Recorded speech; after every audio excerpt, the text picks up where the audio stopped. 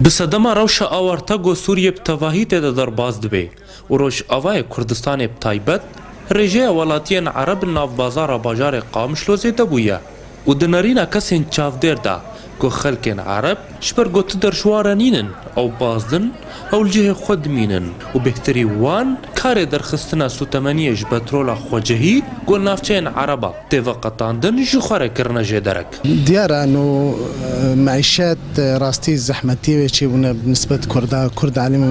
بهتر باجاری خو گریدای بون لی اف مرحله فتره 4 ساله چوی گلک زحمتی دی تغییر دموغرافی چید به مثلا عربی و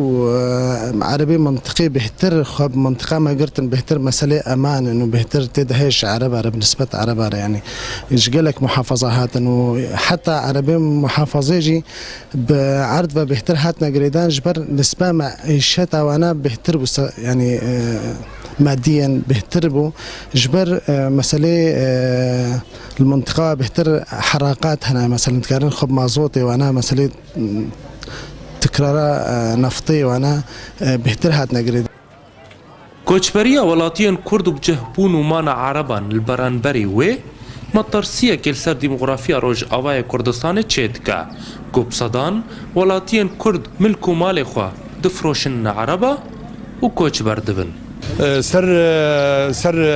عينا ملطي ما قال لك شيء هجرة بير شيء بي وام دبينين كالبيدي از البيدي سر عربي ما دبينم عددي عربة بيتر شيء وجه عددي كردا ودبينم كاني ما حموجي أكتر وانا كبونا عرب ومحلي خد فروش من دفجة قرن هجرة شيتكن وامريكا ناخذ نم تخاذي شيء كسي جو شويجي هرجي كاني خو نفروشي وكاربي البيدي بدي بإيجار شيترا جو بفروشي وهري